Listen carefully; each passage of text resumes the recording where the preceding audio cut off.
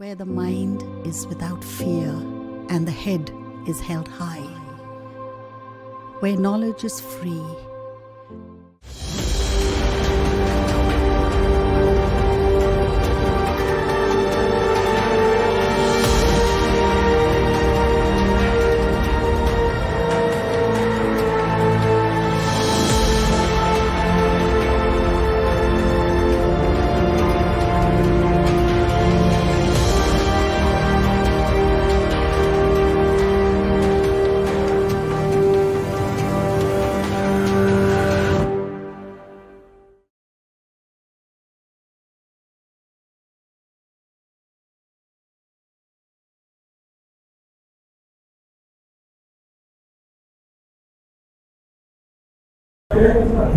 প্রিয় ছাত্রছাত্রী, আবার আজকে তোমাদের সামনে আমি অনলাইন ক্লাসে উপস্থিত হয়েছি।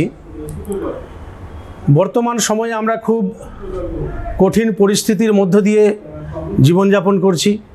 গোটা ভারত তথা বিশ্ব আজ বিভিন্ন ক্ষেত্রে থমকে দাঁড়িয়েছে।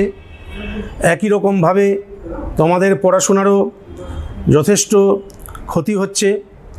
তোমরা যাতে এইরকম সিচুয়েশনের মধ্যেও তোমাদের পড়াশোনাটাকে চালিয়ে যেতে পারো, এবং এই পড়াশোনাকে কিন্তু বন্ধ করলে চলবে না।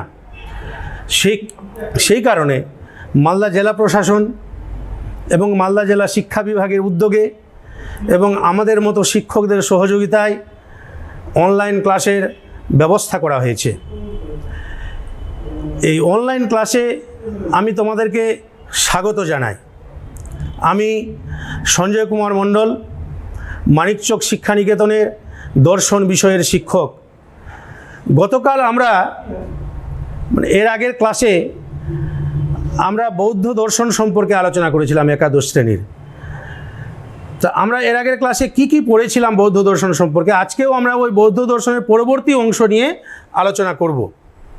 তো এর আগের ক্লাসে আমরা কি পড়েছিলাম সেগুলো একটু মনে করে নেওয়ার চেষ্টা করি আর কি। আমরা যদি আগের ক্লাসটাকে একটু মনে করে নিই তাহলে পরবর্তী অংশটাকে আমাদের বুঝতে সুবিধা হবে। সেটা কি পড়েছিলাম এবার তোমরা একটু প্রজেক্টরের দিকে লক্ষ্য রাখো, তাহলে বিষয়টা তোমাদের কাছে পরিষ্কার হয়ে যাবে।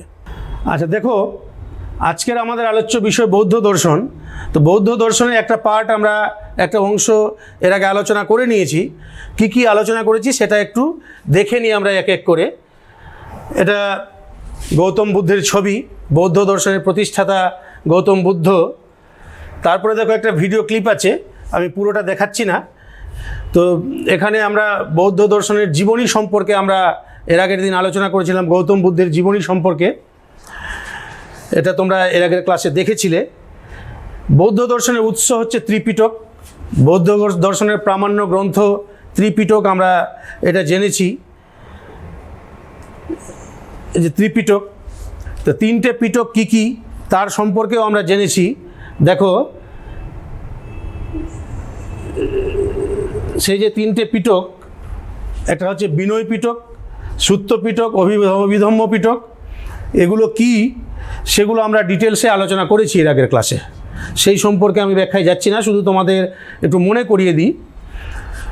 বৌদ্ধ দর্শনে বিভিন্ন সম্প্রদায়। বৌদ্ধ দর্শন মূলত হীনযান এবং মহাযান দুটো সম্প্রদায় বিভক্ত।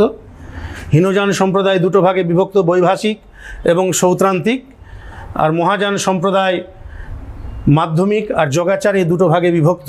হীনযানদের বস্তুবাদী বলা হয়, এদেরকে মহাযানদেরকে ভাববাদী বলা হয়। এগুলো এদের সম্পর্কে আমরা এর আগের দিন আলোচনা করেছি এর আগের ক্লাসে ডিটেলসে। এরা কি কারা সেই সম্পর্কে যাচ্ছি না। নেক্সট চারটে আর্য সত্য আমরা পড়েছি। চারটে আর্য সত্য: দুঃখ আছে, দুঃখের কারণ আছে, দুঃখের নিবৃত্তি আছে, দুঃখ নিবৃত্তির উপায় আছে। এরপরে আমরা পড়েছি যে দ্বিতীয় আর্য সত্যের যে 12টা কার্যকারণ শৃঙ্খল: অবিদ্যা, সংস্কার, বিজ্ঞান, নামরূপ, সরায়ত, নিস্পর্শ, বেদনা, তৃষ্ণা, উপাদান, ভব, জাতি, জরামরণ, দুঃখ সেটাকে বলছে জরামরণ আর কি। এই 12টা কারণ সম্পর্কে আমরা এর আগের দিন ডিটেলস জেনেছি, এর অর্থটা কি। এরপরে এই যে 12টা কারণ ও বর্তমান জীবন, অতীত জীবন এবং ভবিষ্যৎ জীবনে চক্রাকারে ঘুরতে থাকে, একে বলা হয় ভবচক্র। এই যে দেখো অবিদ্যা সংস্কার বিজ্ঞান চারিদিকে লেখা আছে, একে বলা হচ্ছে ভবচক্র। এই সম্পর্কে আমরা জেনেছি এর আগের দিন। এরপরে নেক্সট আমরা জেনেছি কি অষ্টাঙ্গিক মার্গ, 8টা মার্গ নির্বাণ লাভের জন্য বা দুঃখ থেকে মুক্তি পাওয়ার জন্য যে 8টা পথের কথা বলা হয়েছে, সেই পথগুলো কি কি সেই সম্পর্কে আমরা জেনেছি। দেখে নাও একে একে। সম্যক দৃষ্টি, সম্যক সংকল্প, সম্যক বাক, সম্যক কর্মান্ত, সম্যক আজীব, সম্যক ব্যায়াম, সম্যক স্মৃতি আর সম্যক সমাধি। এই 8টা মার্গ বা এই 8টা পথ যদি মেনে চলে কেউ, অনুসরণ করে, তাহলে সে জীবনে দুঃখ থেকে মুক্তি পাবে এবং নির্বাণ লাভ করবে। কি বললাম? নির্বাণ লাভ করবে। আজকে আমাদের আলোচনা শুরু হবে এখান থেকেই যে নির্বাণ কি। এখানে দেখো নির্বাণ দেওয়া আছে, দুঃখের আত্যন্তিক নিবৃত্তি হলো নির্বাণ। এবার নির্বাণটা কি এই সম্পর্কে আমরা ডিটেলসে এবার আলোচনা করব। এবার আমি এই আলোচনার জন্য আমাদের দৃষ্টি রাখতে হবে ব্ল্যাকবোর্ডের দিকে। দেখো নির্বাণ, আজকের আলোচনা শুরু হচ্ছে আমাদের এখান থেকেই। তো নির্বাণটা প্রথমে কি বলেছিলাম যে 8টে যে মার্গ অষ্টাঙ্গিক মার্গ, সেই অষ্টাঙ্গিক মার্গ অনুসরণের মাধ্যমেই নির্বাণ লাভ হয়। নির্বাণ লাভ হলে কি হবে? দুঃখ থেকে মুক্তি পাওয়া যাবে। তো নির্বাণটা কাকে বলে? যদি ধরো পরীক্ষায় কোশ্চেন আসে যে নির্বাণটা কী বা কাকে বলে, কি লিখব? দেখো তোমরা পারলে লিখে নিতে পারো, দুঃখের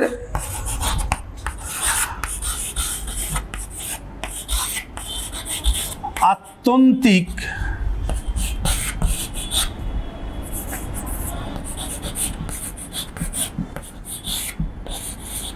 নিবৃত্তিকে বলা হয়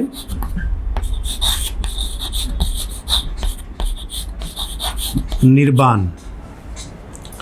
দুঃখের আত্যন্তিক নিবৃত্তিকে বলা হয় নির্বাণ। অন্যভাবে যদি সংজ্ঞাটা যদি বলি, দুঃখ থেকে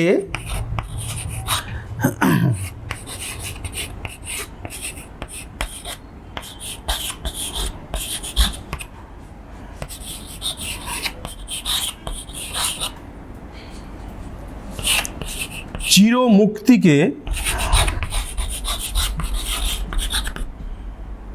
বলা হয় নির্বাণ।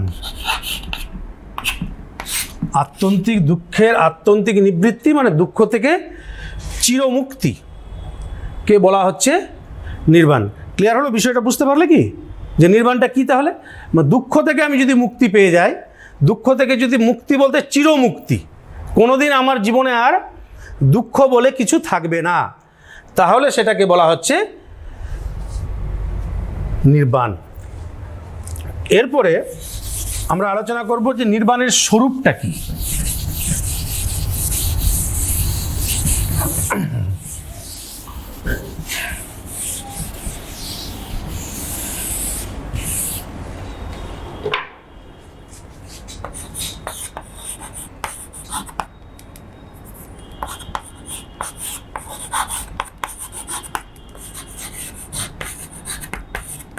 নির্বাণের স্বরূপ, নির্বাণ স্বরূপ কি এই সম্পর্কে গৌতম বুদ্ধকে যখনই তার শিষ্যরা প্রশ্ন করেছেন যে গুরুদেব যে নির্বাণের স্বরূপটা কি, নির্বাণটা কি, তো গৌতম বুদ্ধ কিন্তু কোনো উত্তর দেননি, নিরুত্তর থেকেছেন।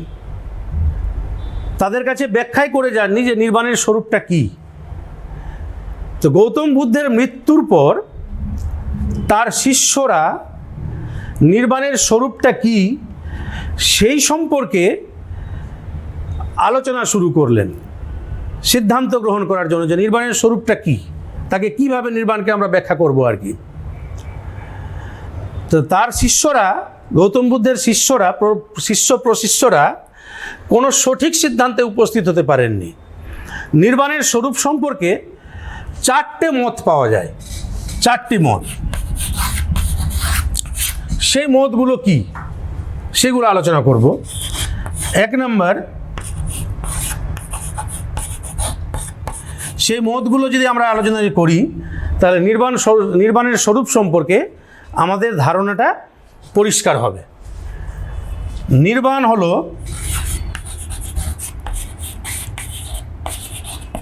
চির অবলুপ্তি।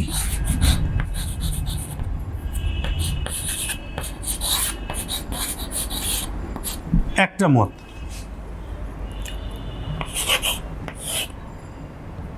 দ্বিতীয় মত, নির্বাণ হলো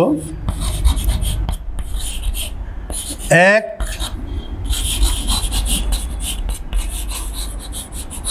শাশ্বত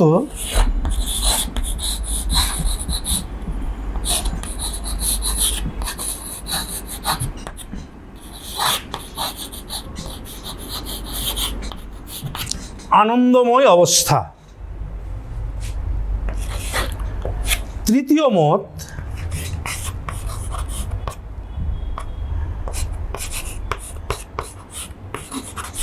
নির্বাণ হলো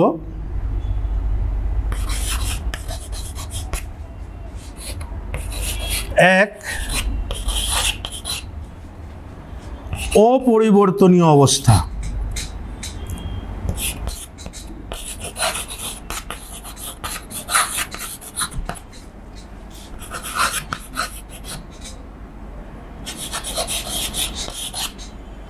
চতুর্থ মত,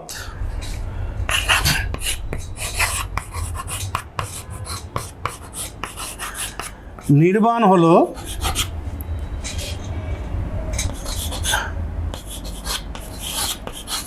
অবর্ণনীয় অবস্থা।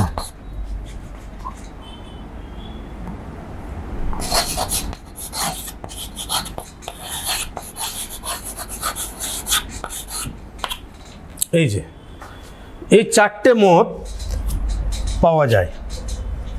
কি তাহলে নির্বাণের স্বরূপ বিষয়ে 4টে মত উঠে এসছে। একটা মত হচ্ছে নির্বাণ হলো চির অবলুপ্তি। দ্বিতীয় মত হলো নির্বাণ হলো এক শাশ্বত আনন্দময় অবস্থা। তৃতীয় মত হলো নির্বাণ হলো এক অপরিবর্তনীয় অবস্থা। চতুর্থ মত হলো নির্বাণ হলো এক অবর্ণনীয় অবস্থা। ক্লিয়ার? তাহলে কি বললাম তাহলে, যে এই যে 4টা মত, এই 4টা মতকে আমরা একে একে আলোচনা করব যে কোনটা কি আর কি। আমি প্রথমটা আলোচনা করছি যে নির্বাণ হলো চির অবলুপ্তি। কীরকম নির্বাণ চির অবলুপ্তি? কীরকম? যারা নির্বাণকে নিভে যাওয়া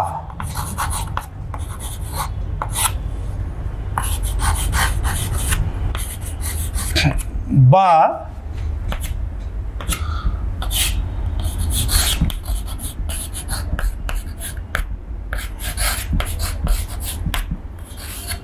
নির্বাপিত হওয়া,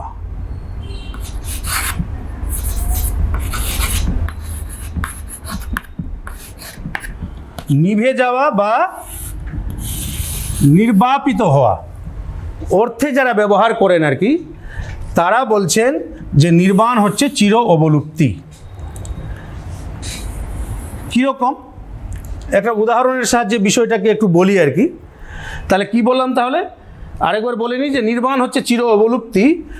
যারা নির্বাণ শব্দটিকে নিভে যাওয়া বা নির্বাপিত হওয়া অর্থে ব্যবহার করেন, তারা বলছেন যে নির্বাণ হলো চির অবলুপ্তি।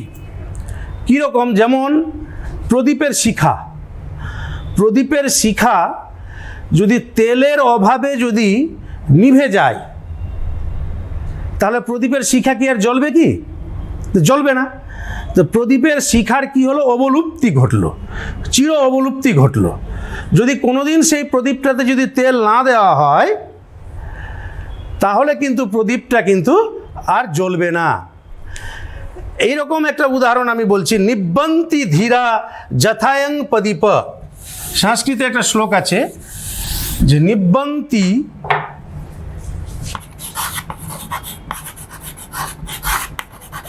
ধীরা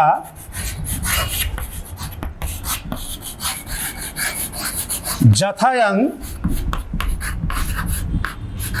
প্রদীপ, মানে প্রদীপের শিখা যদি নিভে যায়, যদি চির অবলুপ্তি ঘটে, তাহলে তেল যদি শেষ হয়ে যায় তাহলে প্রদীপের শিখার চির অবলুপ্তি ঘটবে। একই রকমভাবে আমাদের মন থেকে বা আমাদের দেহ থেকে যদি দুঃখ যদি নিবৃত হয়ে যায়, দুঃখের যদি অবলুপ্তি ঘটে যায়, তাহলে সে ব্যক্তি নির্বাণ লাভ করবে আর কি। সেই কারণে বলা হচ্ছে নির্বাণ হলো চির অবলুপ্তি। ক্লিয়ার বিষয়টা? নেক্সট 2 নম্বর, যে নির্বাণ হলো এক শাশ্বত আনন্দময় অবস্থা।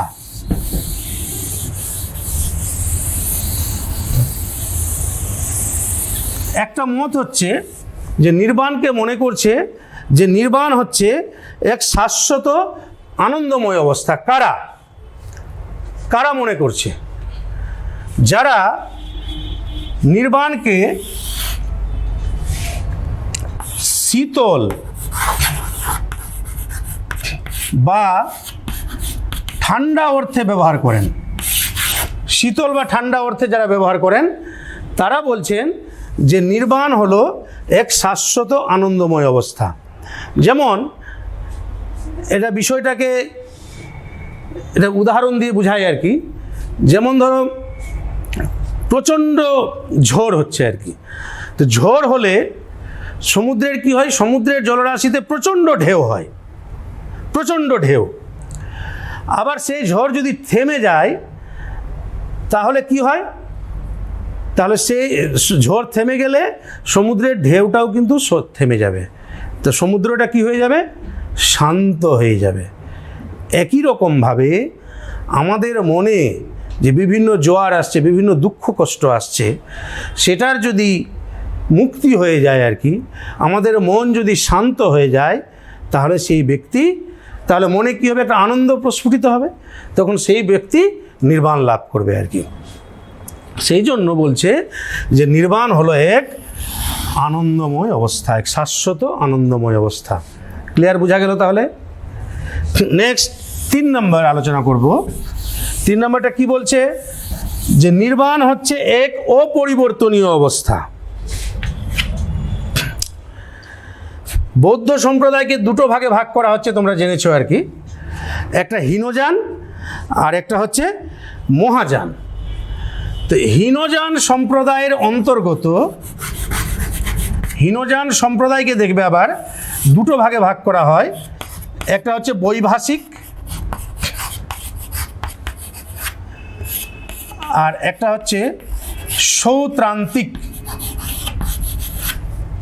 হীনযান সম্প্রদায়কে 2টো ভাগে ভাগ করা হচ্ছে। তো এই যে হীনযান সম্প্রদায়ের বৈভাষিক যারা আর কি, তারা নির্বাণকে বলেছেন যে নির্বাণ হচ্ছে এক অপরিবর্তনীয় অবস্থা। মানে কারা বলছেন তাহলে? হীনযান সম্প্রদায়ের বৈভাষিক সম্প্রদায় যারা আর কি, তারা বলছেন যে নির্বাণ হচ্ছে এক অপরিবর্তনীয় অবস্থা। মানে নির্বাণকে কোনো পরিবর্তন করা যায় না, নির্বাণের কোনো উৎপত্তিও নেই আর এর বিনাশও নেই। উৎপত্তি এবং বিনাশ কোনোটাই নেই, এই জন্য একে বলছে অপরিবর্তনীয়। যারা নির্বাণ লাভ করবে তার জন্ম মৃত্যুও কিছু থাকবে না। এই জন্য তারা বলেছেন মানে এর কোনো পরিবর্তন নাই, এক কথায় আর কি। নির্বাণ হচ্ছে একেবারে অপরিবর্তনীয় অবস্থা, এর উৎপত্তি নাই, বিনাশ নাই, জন্ম নাই, মৃত্যু নাই। এই জন্য একে বলা হচ্ছে নির্বাণ এক অপরিবর্তনীয় অবস্থা। শেষ যে 4র্থ মতটা এবার আলোচনা করব, যে নির্বাণ হচ্ছে অবর্ণনীয় অবস্থা। অবর্ণনীয় অবস্থা মানে যাকে বর্ণনা করা যায় না, বর্ণনা করা যায় না। এরা এই মতের সমর্থক তার শিষ্যরা, একদল শিষ্যরা, তারা কেন বলেছেন যে নির্বাণ হচ্ছে এক অবর্ণনীয় অবস্থা? নির্বাণ হচ্ছে এক অবর্ণনীয় অবস্থা, এটার বলার পিছনে তাদের যুক্তি হচ্ছে এটাই যে তার শিষ্যরা বলছে, যে যারা এই মত সমর্থন করছে যে শিষ্যরা, তারা বলছে আমরা যখনই আমার গুরুদেব গৌতম বুদ্ধকে প্রশ্ন করেছি যে গুরুদেব নির্বাণ কি, তো গুরুদেব কিন্তু, গৌতম বুদ্ধ কিন্তু কোনো উত্তর দেননি, তিনি নিরুত্তর থেকেছেন। তার কারণ কি? কেন তিনি নিরুত্তর থেকেছেন? তার কারণ হচ্ছে এটাই যে তিনি নিরুত্তরের মাধ্যমে, উত্তর না দেওয়ার মাধ্যমে বুঝাতে চেয়েছেন এটাই যে নির্বাণকে বর্ণনা করা যায় না, ভাষায় এটাকে প্রকাশ করা যায় না। এই কারণে নির্বাণ হচ্ছে অবর্ণনীয় অবস্থা। তাহলে কি দেখলাম তাহলে? যে এই যে নির্বাণের যে স্বরূপ, চারটে মত, এটাকে আমরা একটু স্লাইডে একটু দেখে নিই আর কি। একটু স্লাইডের দিকে একটু চোখ রাখো। যে নির্বাণ কি বললাম? দুঃখের আত্যন্তিক নিবৃত্তি। আর নির্বাণের স্বরূপ বিষয়ে যে চারটা মত, যে নির্বাণ হলো চির অবলুপ্তি, নির্বাণ হলো এক শাশ্বত আনন্দময় অবস্থা, নির্বাণ হলো এক অপরিবর্তনীয় অবস্থা, নির্বাণ হলো এক অবর্ণনীয় অবস্থা। এই যে চারটা মত, এটা আমরা জেনেছি। ধরো এখান থেকে কোশ্চিন আসতে পারে কি, নির্বাণ কি, বা নির্বাণ কাকে বলে, বা নির্বাণের স্বরূপ বিষয়ে কি কি মত রয়েছে, সেই প্রশ্ন আসতে পারে। এগুলো তোমরা একটু ভালোভাবে পড়বে। নেক্সট আমরা আলোচনা করব যে প্রতীত্ব সমুৎপাত তত্ত্ব। দেখো এখানে লেখা আছে প্রতীত্ব সমুৎপাত তত্ত্ব, প্রতীত্ব যোগ সমুৎপাত, এই দুটো মিলে উৎপত্তি হয়েছে প্রতীত্ব সমুৎপাত। এটাকে আমরা কেন, কি, না, এই প্রতীত্ব সমুৎপাত সম্পর্কে এবার আমরা ডিটেলস আলোচনা করব। এবার তোমরা একটু ব্ল্যাকবোর্ডের দিকে চোখ রাখো, দেখবে আর কি। কি বললাম তাহলে? যে এবার আলোচনা করছি আমরা প্রতীত্ব সমুৎপাত তত্ত্ব।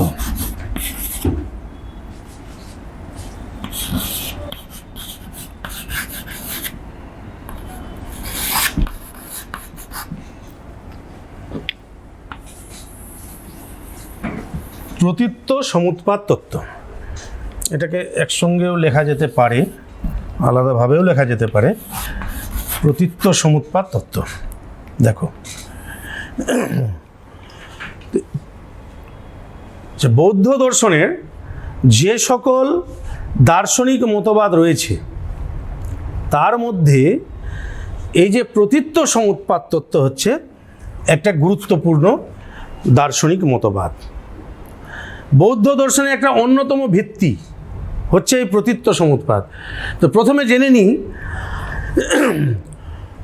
যে প্রতীত্ব সমুৎপাত তত্ত্বের অর্থ কী। যে প্রতীত্ব সমুৎপাত তত্ত্বের উৎপত্তি হয়েছে, প্রতীত্ব সমুৎপাত, প্রতীত্ব আর যোগ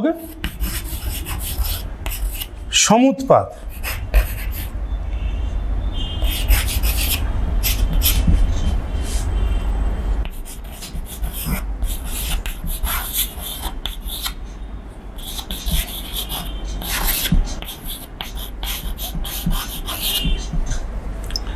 প্রতীত্ব সমুৎপাত কথাটির উৎপত্তি হয়েছে প্রতীত্ব আর সমুৎপাত শব্দের যুক্ত হয়ে আর কি। কি বললাম? প্রতীত্ব সমুৎপাত শব্দটির উৎপত্তি হয়েছে প্রতীত্ব আর সমুৎপাত এই দুটি শব্দের সমন্বয়ের ফলে, যোগ করার ফলে, যুক্ত হয়ে। তো এই দুটো শব্দের অর্থ কি? প্রতীত্ব শব্দের অর্থ হচ্ছে কোনো কিছুর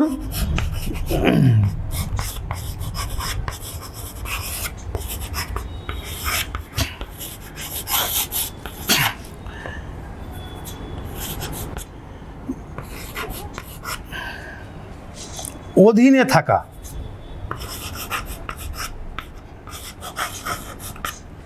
আর সমুৎপাত শব্দের অর্থ হচ্ছে উৎপত্তি। তাহলে কি বললাম? তাহলে প্রতীত্ব শব্দের অর্থ হচ্ছে কোনো কিছুর অধীনে থাকা, আর সমুৎপাত শব্দটির অর্থ হচ্ছে উৎপত্তি। তাহলে যদি দুটো শব্দকে একসঙ্গে যুক্ত করে যদি এর ব্যুৎপত্তিগত অর্থ যদি করা যায়, তাহলে এরকম দাঁড়াবে যে কোনো কিছুর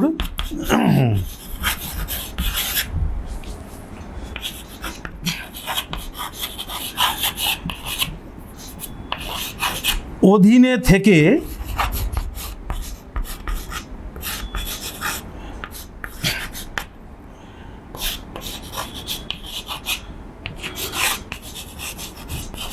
কোনো কিছুর উৎপত্তি। ক্লিয়ার হলো বিষয়টা কি? আবার একবার বলে নিই এটুকুটা। প্রতীত্ব আর সমুৎপাদ এই দুটি শব্দ যুক্ত হয়ে, প্রতীত্ব আর সমুৎপাদ এই দুটি শব্দ যুক্ত হয়ে প্রতীত্ব সমুৎপাদ শব্দটির উৎপত্তি হয়েছে। প্রতীত্ব শব্দের অর্থ হচ্ছে কোনো কিছুর অধীনে থাকা, আর সমুৎপাদ শব্দের অর্থ হচ্ছে উৎপত্তি।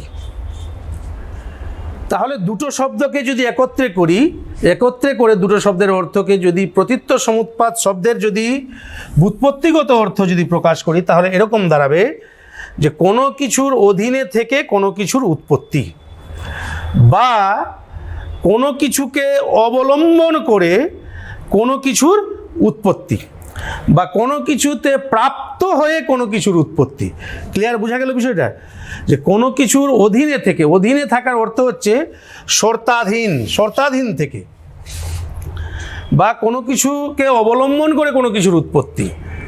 মানে একটা জিনিসের যখন, একটা জিনিস থেকে একটা জিনিসের যখন উৎপত্তি হয়, তো কোনো কিছুর অবলম্বন মানে কোনো কিছুর নির্ভর করেই কিন্তু উৎপত্তি হয়, কোনো কিছুর অধীনে থেকেই কিন্তু উৎপত্তি হয়, নচেত উৎপত্তি হয় না। তো এই যে প্রতীত্ব সমুৎপাদ তত্ত্ব, এই প্রতীত্ব সমুৎপাদ তত্ত্বটাকে বলা হয় কারণ কার্যের সম্বন্ধ। কারণ আর কার্যের যে উৎপত্তি হয়েছে, প্রতীত্ব সমুৎপাদ যে বৌদ্ধ দর্শন, এটাই হচ্ছে কার্যকারণ মতবাদ। যেমন যে কোনো কিছুর উৎপত্তি হয় না কেন, যে কোনো কার্যের উৎপত্তি হোক না কেন, যে কারণকে অবলম্বন করে বা কারণের অধীনে থেকে কার্যের উৎপত্তি হচ্ছে। ক্লিয়ার হলো বিষয়টা কি? জগৎ সংসারে যা কিছু ঘটছে, একটাকে অবলম্বন করে আরেকটা জিনিসের উৎপত্তি হচ্ছে। যে কোনো কারণ ঘটছে, সেই যে কোনো কারণকে অবলম্বন করে কার্যের উৎপত্তি হচ্ছে। এই জন্য প্রতীত্ব সমুৎপাদ তত্ত্বকে বলা হয় কার্যকারণ মতবাদ। ক্লিয়ার হলো এটুকুটা? যে প্রতীত্ব সমুৎপাদটাকে আবার বলা হয় মধ্যবর্তী পন্থা।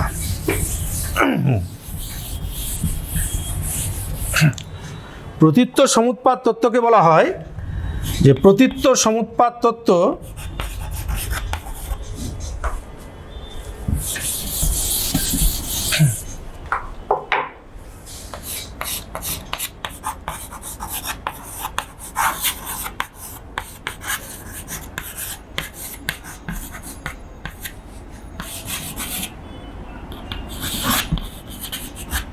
একটি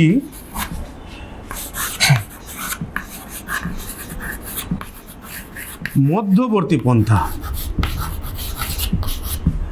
প্রতীত্ব সমুৎপাদ তত্ত্বকে একটা মধ্যবর্তী পন্থা বা মধ্যবর্তী মতবাদ বলা হয়। যেদিন এর আগের ক্লাসে যখন গৌতম বুদ্ধের জীবনী আলোচনা করছিলাম, তখন বলেছিলাম যে গৌতম বুদ্ধ সাধনার সময় মধ্যবর্তী পন্থা অবলম্বন করেছিলেন। বলেছিলাম, মনে আছে কি? যে গৌতম বুদ্ধ মধ্যবর্তী পন্থা অবলম্বন করেছিলেন। কি কি, কিসের মধ্যবর্তী পন্থা?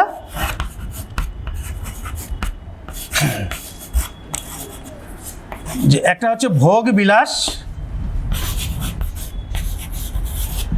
একটা হচ্ছে কৃচ্ছ সাধন।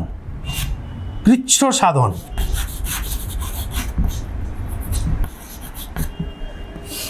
এই দুটো মতবাদের, এই দুটো বিষয়ের মধ্যবর্তী পন্থা তিনি গ্রহণ করেছিলেন আর কি। তিনি ভোগ বিলাসের মধ্যেও ছিলেন না, আর কৃচ্ছতা সাধনের মধ্যেও তিনি ছিলেন না। মাঝামাঝি পথ তিনি অবলম্বন করে সাধনা করেছিলেন আর কি, মধ্যবর্তী পন্থা, এবং সেই সাধনার ফলে তিনি সফল হয়েছিলেন। দুঃখের কারণ এবং দুঃখ থেকে কিভাবে মুক্তি পাওয়া যায় সেই পথ তিনি জানতে পেরেছিলেন আর কি।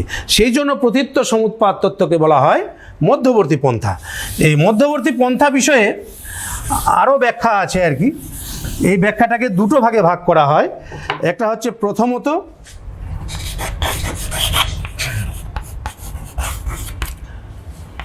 কি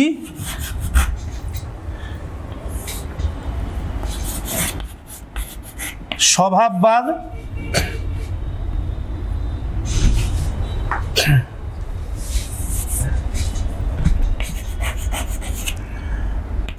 আর হচ্ছে যদৃচ্ছাবাদ।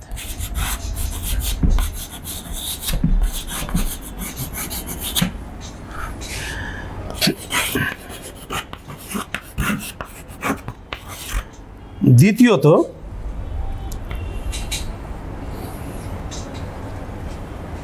শাশ্বতবাদ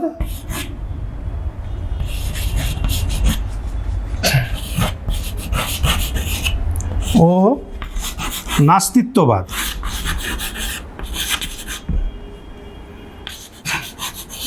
কি বললাম? শাশ্বতবাদ ও নাস্তিত্ববাদ। ক্লিয়ার? তাহলে কি বললাম? তাহলে এই যে দুটো মতবাদ, মানে দুটো মধ্যবর্তী পন্থা এখানে দেখানো হয়েছে। প্রথমত কি বলা হলো? একটা হচ্ছে স্বভাববাদ, আর একটা হচ্ছে যদৃচ্ছাবাদ, আর একটা হচ্ছে শাশ্বতবাদ, আর একটা হচ্ছে নাস্তিত্ববাদ। তো এবার এই বিষয়টাকে বুঝতে হবে আর কি, যে স্বভাববাদটা কি, আর যদৃচ্ছাবাদটা কি, আর শাশ্বতবাদ কি, আর নাস্তিত্ববাদ কি। আমি প্রথমটা আলোচনা করছি, প্রথম মতটা, যে স্বভাববাদটা কি। স্বভাববাদটা হচ্ছে যে এই জগতের যা কিছু উৎপত্তি হচ্ছে, কারণ থেকে যে কার্য ঘটছে, যা কিছুই ঘটছে না কেন, তা নিজের স্বভাববশত ঘটছে। যে কার্যকারণ সম্বন্ধ ঘটছে, সেই কার্যকারণ সম্পর্কের মধ্যে স্বভাব, যে বস্তুর যে নিজস্ব যে স্বভাব, সেই স্বভাব নিহিত আছে। সেই স্বভাবের ফলেই কিন্তু একটা বিষয়, একটা কারণ থেকে একটা কার্য যে ঘটছে তার স্বভাববশত ঘটছে। আর যদৃচ্ছবাদ অনুসারে হচ্ছে, যদৃচ্ছাবাদ এই জগতে যা কিছু ঘটছে এতে কোনো কার্যকারণ, মানে স্বভাববাদে যে কার্যকারণ সম্পর্কের কথা বলা হলো, তো কার্যকারণ সম্পর্কটা আবার কি? সঠিক কার্যকারণ সম্পর্কের কথা কিন্তু বলা হয়নি, মানে স্বভাববশত ঘটছে। একটা জিনিস ধরে অন্য একটা জিনিসে রূপান্তরিত হচ্ছে, সেটা তার স্বভাববশত হয়ে যাচ্ছে, এখানে কার্যকারণ সম্পর্কে বলা হয়নি, মানে মূল কথা নয় আর কি।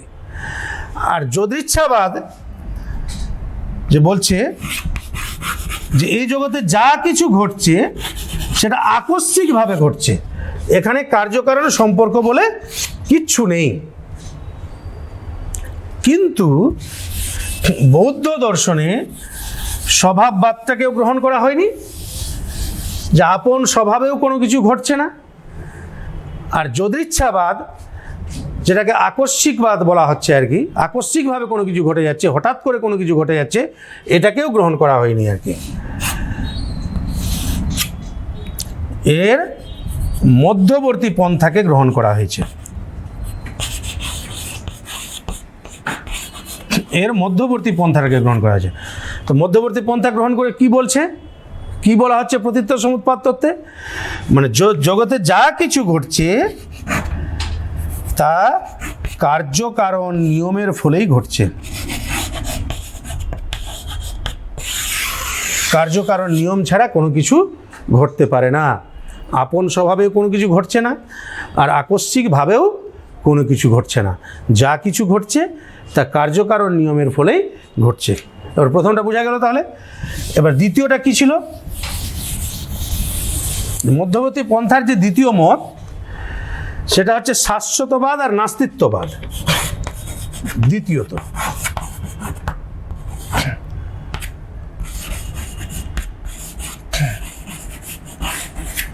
শাশ্বতবাদ ও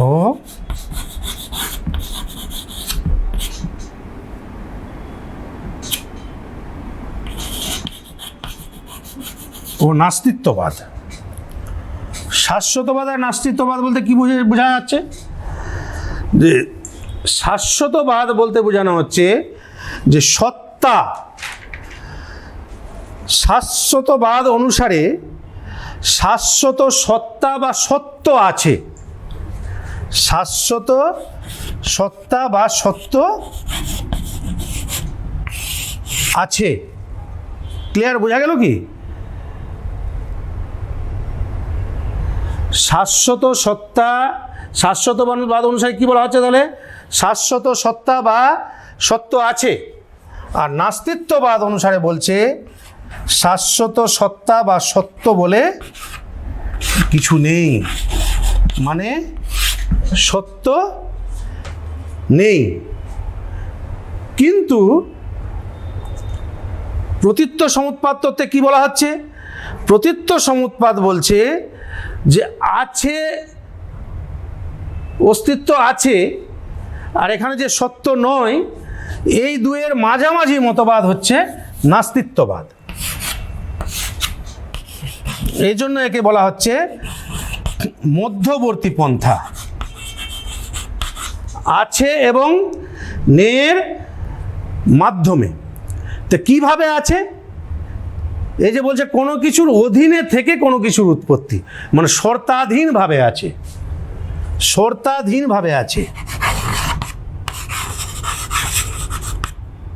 শর্তাধীনভাবে আছে। ক্লিয়ার হলো? আরেকবার বলছি তাহলে, এটা যে শাশ্বতবাদটা কি আর নাস্তিত্ববাদ কি? শাশ্বতবাদ বলছে শাশ্বত সত্তা আছে, আর নাস্তিত্ববাদ বলে কি বলছে? শাশ্বত সত্তা বা সত্য নেই। কিন্তু বৌদ্ধ দর্শনে এর মধ্যবর্তী পন্থা অবলম্বন করা হয়েছে। তাহলে কি আছে আর নেয়ের মাঝে মাঝে কি? এরা বলছে আছে, শাশ্বত সত্তা বা সত্য, শাশ্বত সত্তা বা সত্য আছে, কিন্তু কিভাবে আছে? শর্তাধীনভাবে আছে।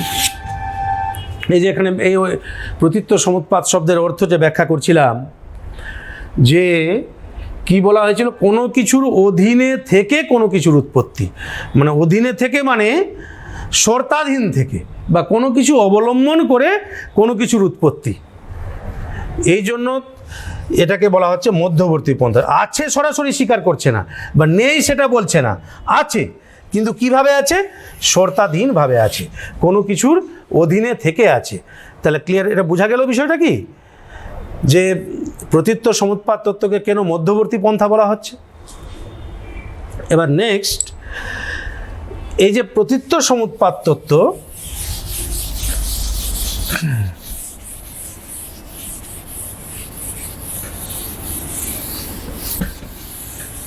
বৌদ্ধ দর্শনে যে চারটা আর্য সত্যের কথা বলা হয়েছে, দ্বিতীয় আর্য সত্য কি ছিল? দ্বিতীয়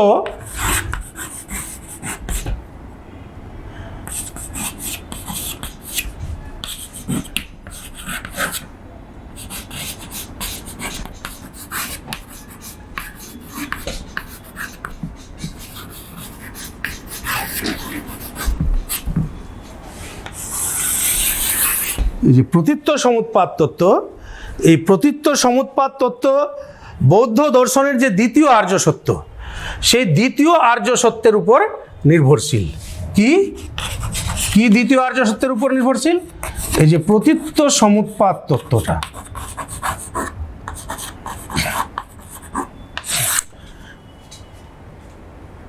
তো দ্বিতীয় আর্য সত্যটা কি ছিল একটু মনে করো দেখি। দ্বিতীয় আর্য সত্য হচ্ছে বৌদ্ধ দর্শনের, প্রথম আর্য সত্যটা কি ছিল? দুঃখ আছে। দ্বিতীয় আর্য সত্যটা হচ্ছে দুঃখের কারণ আছে। ক্লিয়ার? মনে পড়ছে কি? এই যে দ্বিতীয় আর্য সত্য, দুঃখের কারণ আছে, এই দুঃখের কারণ আছে দ্বিতীয় আর্য সত্যের উপরে প্রতীত্য সমুৎপাদ তত্ত্বটি নির্ভরশীল। কীরকমভাবে? যে এখানে দুঃখ থেকে মুক্তির জন্য মোট 12টা কারণের কথা বলা হয়েছে আর কি। মনে পড়ছে সেই কারণগুলো কি কি? 12টা কারণ কি কি বলেছিলাম? অবিদ্যা, সংস্কার, বিজ্ঞান, নামরূপ, সরায়তন, স্পর্শ, বেদনা, তৃষ্ণা, উপাদান, ভব, জাতি, জরামরণ। এই যে 12টা কারণের কথা বলেছিলাম, এই 12টা কারণ একটু আমি লিখে দেখাই, তাহলে তোমাদের বুঝতে সুবিধা হবে। যে 1 নম্বর হচ্ছে অবিদ্যা, সংস্কার,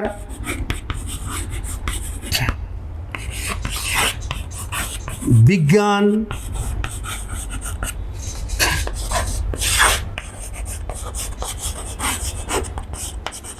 নামরূপ,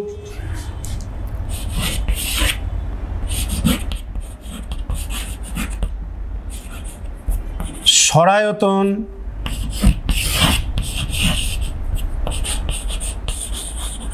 স্পর্শ, বেদনা, তৃষ্ণা,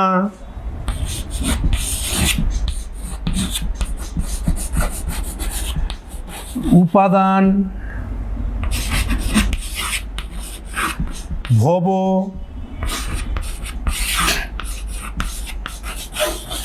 জাতি,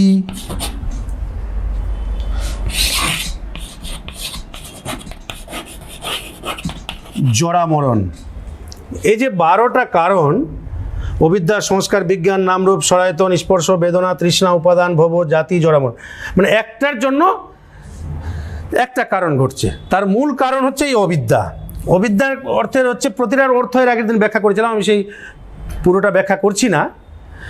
অবিদ্যা মানে হচ্ছে প্রকৃত জ্ঞানের অভাব, আর জরামরণ হচ্ছে যে রোগ, ব্যাধি, দুঃখ, কষ্ট, এটাকে বলা হচ্ছে জরামরণ। জরামরণটা কেন হচ্ছে? জাতি মানে জন্ম আছে বলে, ইত্যাদি। এইভাবে কিন্তু এক একটা কিন্তু পরস্পর কিন্তু যুক্ত রয়েছে আর কি। তো এই যে দ্বিতীয় প্রতীত্ব সমুৎপাত তত্ত্বটা, এই দ্বিতীয় আর্য সত্যের উপরে কিন্তু এইভাবে পরস্পরভাবে যুক্ত।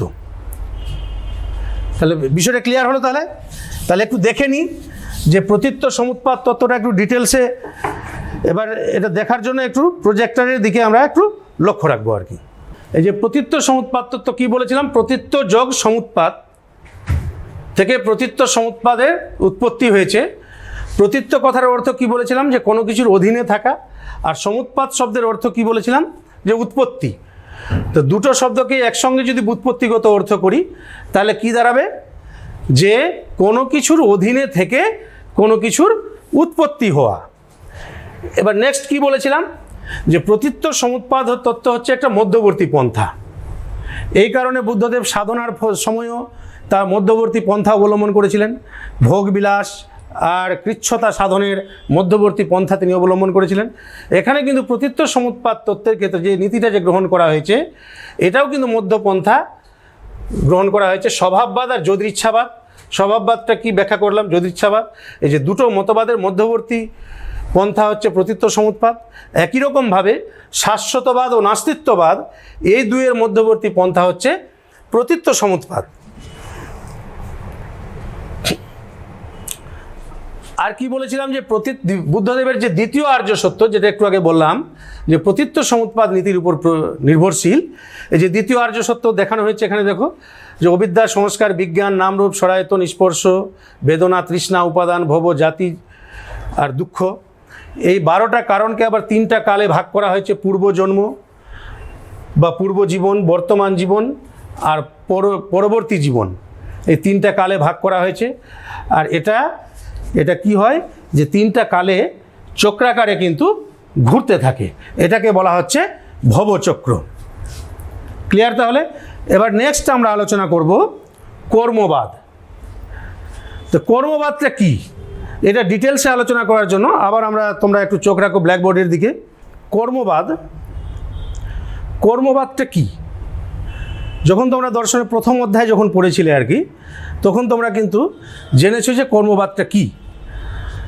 তো এখানে কর্মবাদটা হচ্ছে একটা গুরুত্বপূর্ণ বিষয় বৌদ্ধ দর্শনের, যে প্রতীত্য সমুৎপাদ নীতি থেকে কর্মবাদটা সূচিত হয়। কর্মবাদের মূল কথা হচ্ছে যে যেমন কর্ম করবে তাকে সেরকমভাবে ফল ভোগ করতে হবে। কর্মের ফল প্রত্যেকটা ব্যক্তিকেই ভোগ করতে হবে। যে পূর্ব জীবনে যে যে কর্ম করেছে সেই ফল তাকে বর্তমান জীবনে ভোগ করতে হচ্ছে, এবং বর্তমান জীবনে যে যেমন কর্ম করছে সেই ফলটা কিন্তু তাকে পরবর্তী জীবনে কিন্তু ভোগ করতেই হবে।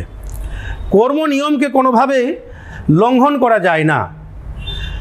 যে মিলিন্দ পঞ্চহ বলে একটা গ্রন্থ আছে,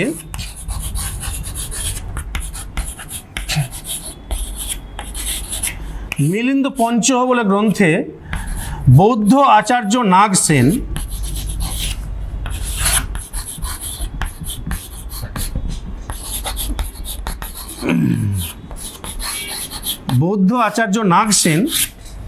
বলেছেন যে মানুষ তার কৃতকর্মের জন্যই, মানুষকে তার কর্মের জন্যই তাকে ফল ভোগ করতে হচ্ছে। কীরকমভাবে? যে মানুষ যে যেমনভাবে কর্ম করছে যে তার কর্মের জন্যই যে এই বর্তমান জীবনে কেউ সুখী, কেউ দুঃখী, কেউ বিশাল ধনশালী, কেউ আবার দরিদ্র, কেউ আবার দীর্ঘায়ু, কেউ আবার স্বল্পায়ু, মানে কেউ বেশি দিন বাঁচছে, কেউ কম দিন বাঁচছে, কেউ খুব স্বাস্থ্যবান, কেউ খুব মানে রোগগ্রস্ত, যে ইত্যাদি। এই বিষয়গুলো কেন ঘটছে? যে তার কৃতকর্মের ফলের জন্যই কিন্তু ঘটছে। তাহলে কোথায় জানলাম এটা আমরা? বৌদ্ধ আচার্য যে নাগসেন তার মিলিন্দ পঞ্চহ বলে যে গ্রন্থ, সেই গ্রন্থে তিনি এই কথাটা উল্লেখ করেছেন। তাহলে কি বলেছেন তিনি মিলিন্দ পঞ্চহ গ্রন্থে? যে মানুষ তার কৃতকর্মের জন্য কেউ সুখী, কেউ দুঃখী, কেউ ধনী, কেউ দরিদ্র, কেউ খুব স্বাস্থ্যবান, কেউ খুব রোগাগ্রস্ত ইত্যাদি আর কি। এই কর্মকে, কর্মবাদ অনুসারে এই কর্মকে দুভাগে ভাগ করা হয়। কর্মবাদ অনুসারে কর্মকে দুভাগে ভাগ করা হয়। একটা হচ্ছে সকাম কর্ম,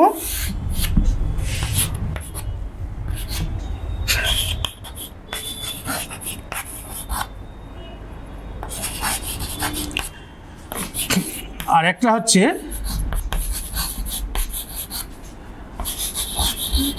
নিষ্কাম কর্ম। কি বললাম? একটা সকাম কর্ম আর একটা হচ্ছে নিষ্কাম কর্ম। সকাম কর্মটা কি আর নিষ্কাম কর্মটা কি?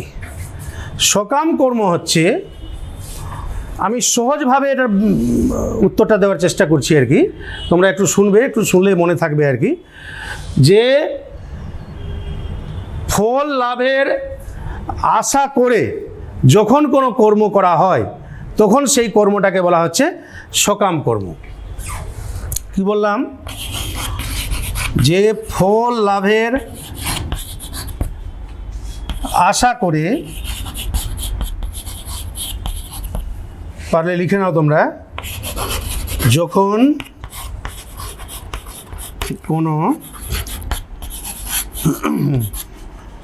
কর্ম করা হয় তখন সেই কর্মকে বলে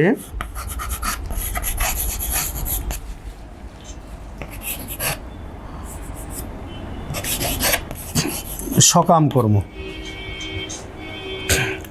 তাহলে এর উল্টোটা কি হবে? ফল লাভের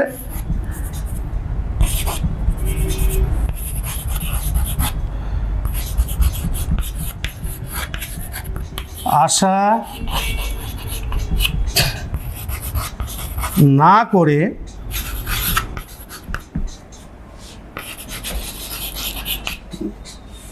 যখন কোনো কর্ম করা হয় তখন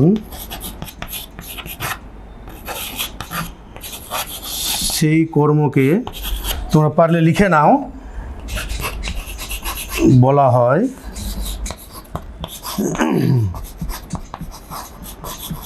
নিষ্কাম কর্ম।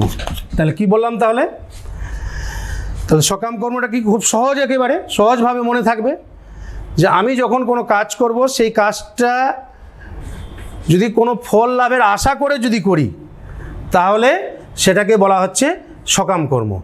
আর আশা না করে করলে সেটাকে বলছে নিষ্কাম কর্ম। আবার অন্যভাবে সংজ্ঞাটা দেওয়া যেতে পারে, কামনা, বাসনা, লোভ, রাগ, দেশ প্রভৃতি বাসনার বশবর্তী হয়ে যখন কর্ম করা হয়, কামনা, বাসনা, লোভ, রাগ, দেশ, হিংসা ইত্যাদি বশবর্তী হয়ে যখন কোনো কর্ম করা হয়, তখন সেই কর্মটাকে বলা হচ্ছে সকাম কর্ম। আর লোভ, রাগ, দেশ, হিংসা, কামনা শূন্য হয়ে যখন কোনো কর্ম করা হয়, তখন সেই কর্মটাকে বলা হচ্ছে নিষ্কাম কর্ম। বৌদ্ধ মতে এই যে সকাম কর্ম, তার সকাম কর্ম আর নিষ্কাম কর্ম নিশ্চয়ই বোঝা গেছে। এই যে সকাম কর্ম, এই সকাম কর্মকে আবার 3 ভাগে ভাগ করা হয়। কি বললাম তাহলে? বৌদ্ধ মতে এই যে সকাম কর্ম, এই সকাম কর্মটাকে আবার 3 ভাগে ভাগ করা হয়। কি কি? 1 নম্বর হচ্ছে কায়িক,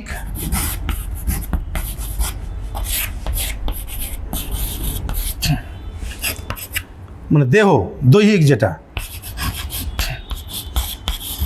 বাচিক, বাক্য। আর মানসিক, মানে মন। তাহলে কি বললাম তাহলে? যে এই সকাম কর্মটাকে আবার 3 ভাগে ভাগ করা হচ্ছে, একটা কায়িক, একটা বাচিক, আর একটা হচ্ছে মানসিক। কায়িক মানে দৈহিক বা দেহ। যেমন যদি আমি একটা বলি কীরকমভাবে, যে কোনো ব্যক্তি যদি নিজে কোনো প্রাণী হত্যা করে, তবে সেই কর্মটাকে বলা হবে কায়িক কর্ম। নিজে কোনো প্রাণী হত্যা করলো, কোনো পশু হত্যা করলো, তাহলে সেটাকে বলছে কায়িক কর্ম। নিজে করছে, নিজের দৈহিক শক্তি লাগছে সেখানে তার, সেই জন্য সেটাকে বলা হচ্ছে কায়িক কর্ম। বাচিক কর্মটা কোনটা? বলা, মানে কোনো ব্যক্তি কাউকে প্রাণী হত্যার জন্য আদেশ করলো এবং তার কথা মতো সে প্রাণী হত্যা করলো, যেহেতু আদেশ করলো সেই জন্য ওটাকে বলা হচ্ছে বাচিক কর্ম। আর মানসিক কর্ম কোনটা? মানসিক কর্ম হচ্ছে কোনো ব্যক্তি যদি প্রাণী হত্যা করতে যায় আর প্রাণী হত্যা করতে না পারে, তাহলে তার মনে যদি অনুশোচনা হয় আর কি, তাহলে সেটাকে বলা হচ্ছে মানসিক কর্ম। নিশ্চয়ই ওর বুঝেছো তোমরা? এটাকে গৌতম বুদ্ধ একটা উদাহরণের সাহায্যে বুঝিয়েছেন আর কি। সেই উদাহরণটা একটু গল্পাকারে বলছি আর কি, যে একজন রাজা তার অনুচরকে বনে পাঠালেন পশু শিকার করার জন্য। তো রাজা যে বনে পাঠালেন আর কি, তিনি আদেশ করলেন পশু হত্যা করার জন্য, তিনি পাঠালেন। তো এটা হচ্ছে বাচিক কর্ম, তিনি আদেশ করলেন তার অনুচরকে। এবার অনুচর সেখানে গিয়ে যদি পশু হত্যা যদি করে, তাহলে সেটা হয়ে গেল দৈহিক কর্ম, যে কায়িক কর্ম যেটা। আর ও যদি পশু হত্যা যদি না করতে পারে, তার মনে যদি অনুশোচনা হয়, তাহলে সেটাকে বলা হচ্ছে মানসিক কর্ম। তাহলে ক্লিয়ার হলো তাহলে 3টে, যে বাচিক কায়িক কর্ম কি, আর বাচিক কর্ম কি, আর মানসিক কর্ম কি। নেক্সট যেটা, যে কর্ম এবং তদনুসারে কর্মফল কি কি। কর্ম এবং তদনুসারে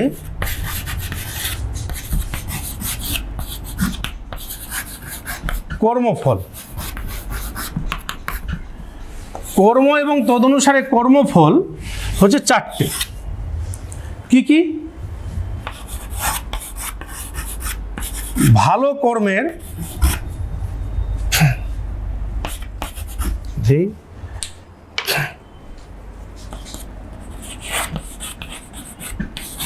ভালো ফল। 2 নম্বর,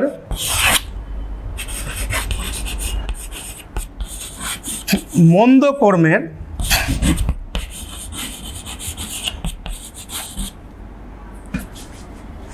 মন্দ ফল।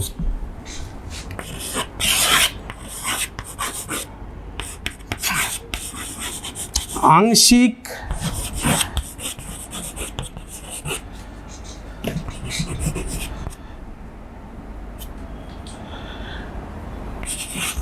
ভালো মন্দ কর্মের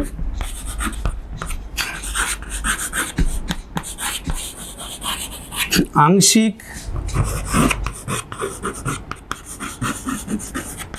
ভালো মন্দ ফল।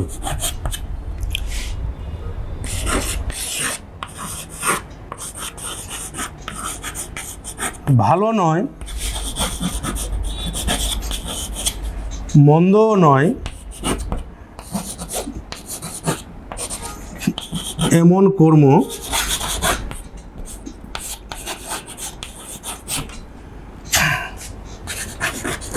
কোনো ফল উৎপাদন করতে পারে না। তোমরা পারলে এগুলো লিখে রাখবে। আচ্ছা দেখো, তাহলে কি বললাম, তাহলে কর্ম এবং তদনুসারে কর্মফল কি কি? ভালো কর্মের ভালো ফল, মন্দ কর্মের মন্দ ফল, আংশিক ভালো মন্দ কর্মের আংশিক ভালো মন্দ ফল, আর ভালো নয় মন্দও নয় এমন কর্ম কোনো ফল উৎপাদন করতে পারে না। মানে যে ভালো কাজ করবে তার ফল ভালো হবে। দ্বিতীয়ত কি, যে খারাপ কাজ করবে তার ফল খারাপ হবে। আর আংশিক ভালো মানে মোটামুটি ভালো আর মোটামুটি খারাপ, এরকম যদি হয় তাহলে মোটামুটি ভালো মন্দ ফল পাবে। এই যে 3 প্রকারের কর্ম দেখো, এই 3টে কর্ম দেখো ফল উৎপাদন করছে। এই 3টে কর্মকে এই কারণে বলা হচ্ছে সকাম কর্ম। এই 3টে কর্মকে বলা হয় সকাম কর্ম। কেন? যেমন কর্ম হোক, ভালো হোক মন্দ হোক বা আংশিক ভালো মন্দ যাই হোক না কেন, এই 3টে কর্মের মাধ্যমে কিন্তু ফল উৎপাদন হচ্ছে। কিন্তু চতুর্থ প্রকারের যে কর্ম, যে 4 নম্বর যে কর্ম, ভালোও নয় মন্দও নয়, এই রকম কর্ম কোনো ফল উৎপাদন করছে না। এই কারণে এই কর্মটাকে বলা হচ্ছে নিষ্কাম কর্ম। একটু আগেই তোমাদের আলোচনা হলো যে সকাম কর্ম কি আর নিষ্কাম কর্ম কি। তাহলে ক্লিয়ার হয়েছে? তাহলে এরপরে নেক্সট কর্মবাদের আরেকটা বিষয় তোমাদের আলোচনা আছে। তাহলে এটা আমরা আলোচনা করলাম যে কর্ম এবং তদনুসারে কর্মফল। এবারে দেখো, কর্মফল ভোগের নীতি অনুসারে আবার সকাম কর্মকে 4টে ভাগে ভাগ করা হচ্ছে। তাহলে কি বললাম, তাহলে কর্মফল ভোগের নীতি অনুসারে সকাম কর্মকে 4টে ভাগে ভাগ করা হচ্ছে। এটা আমি তোমাদের স্লাইডেই বুঝিয়ে দিচ্ছি, কারণ হচ্ছে এখানে যে সময় শেষ হয়ে গেছে, খুব সামান্য সময়, তোমরা মনে রাখার চেষ্টা করো। পরবর্তীতে আবার যদি ক্লাস পাই তাহলে তোমাদের এটা ডিটেলসে আলোচনা করব আর কি। তো সেই 4টে কর্ম হচ্ছে অনারব্ধ কর্ম, প্রারব্ধ কর্ম, সঞ্চিত কর্ম এবং সঞ্চীয়মান কর্ম। অনারব্ধ কর্মটা কি? যে কর্মের ফলভোগ এখনো শুরু হয়নি। বিষয়টা বোঝা গেল কি? শুনবে, খুব সহজ কথা, খুব কোনো কঠিন কথা নাই আর কি। একটু মনে রাখার চেষ্টা করো যে যে কর্মের ফলভোগ এখনো শুরু হয়নি সেই কর্মটাকে বলা হচ্ছে অনারব্ধ কর্ম। আর প্রারব্ধ কর্ম কোনটা? প্রারব্ধ কর্ম হচ্ছে যে কর্মের ফলভোগ শুরু হয়ে গেছে, সেই কর্মটাকে বলা হচ্ছে প্রারব্ধ কর্ম। 3 নম্বর হচ্ছে সঞ্চিত কর্ম। সঞ্চিত কর্ম কোনটা? যে কর্মের ফলভোগ সঞ্চিত আছে সেই কর্মটাকে বলা হচ্ছে সঞ্চিত কর্ম। আর 4 নম্বর হচ্ছে সঞ্চীয়মান কর্ম। সঞ্চীয়মান কর্ম মানে যে কর্মের ফলভোগ বর্তমান জীবনে সঞ্চিত হচ্ছে সেটাকে বলা হচ্ছে সঞ্চীয়মান কর্ম। আরেকবার বলে দিই, একটু মনে রাখার চেষ্টা করো। অনারব্ধ কর্ম কোনটা? যে কর্মের ফলভোগ শুরু হয়নি সেই কর্মকে অনারব্ধ কর্ম। প্রারব্ধ কর্ম, যে কর্মের ফলভোগ শুরু হয়ে গেছে। 3 নম্বর সঞ্চিত কর্ম, মানে যে কর্মের ফলভোগ সঞ্চিত রয়েছে।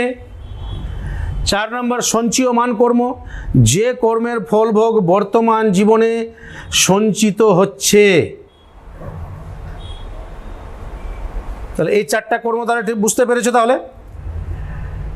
তাহলে যে কর্মবাদের যে মূল কথাটা হচ্ছে, বা বৌদ্ধ দর্শনের যে মূল কথাটা হচ্ছে যে নিষ্কাম কর্ম, নিষ্কাম কর্ম লাভ করতে হবে, কামনাহীন কর্ম লাভ করতে হবে।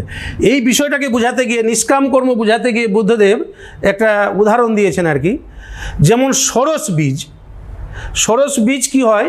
সরস বীজ থেকে অঙ্কুরোদ্গম হয়, চারা গাছ উৎপন্ন হয়।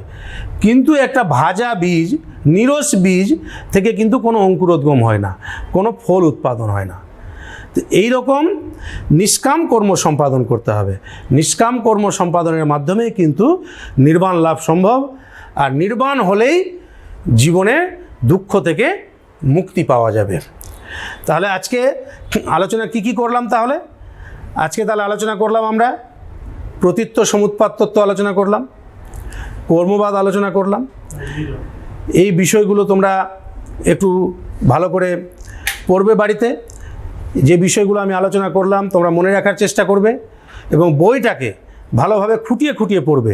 কারণ এখান থেকে তোমাদের শুধুমাত্র অবজেক্টিভ কোশ্চিন হবে, কোনো ব্রড কোশ্চিন হচ্ছে না। মাল্টিপল চয়েস কোশ্চিন 4টে হবে 4 নম্বরের, আর শর্ট অ্যান্সার টাইপ কোশ্চিন 2টো হবে 2 নম্বরের। সেই 6 নম্বরের কোশ্চিন থাকবে, খুঁটিয়ে খুঁটিয়ে তোমাদেরকে পড়তে হবে।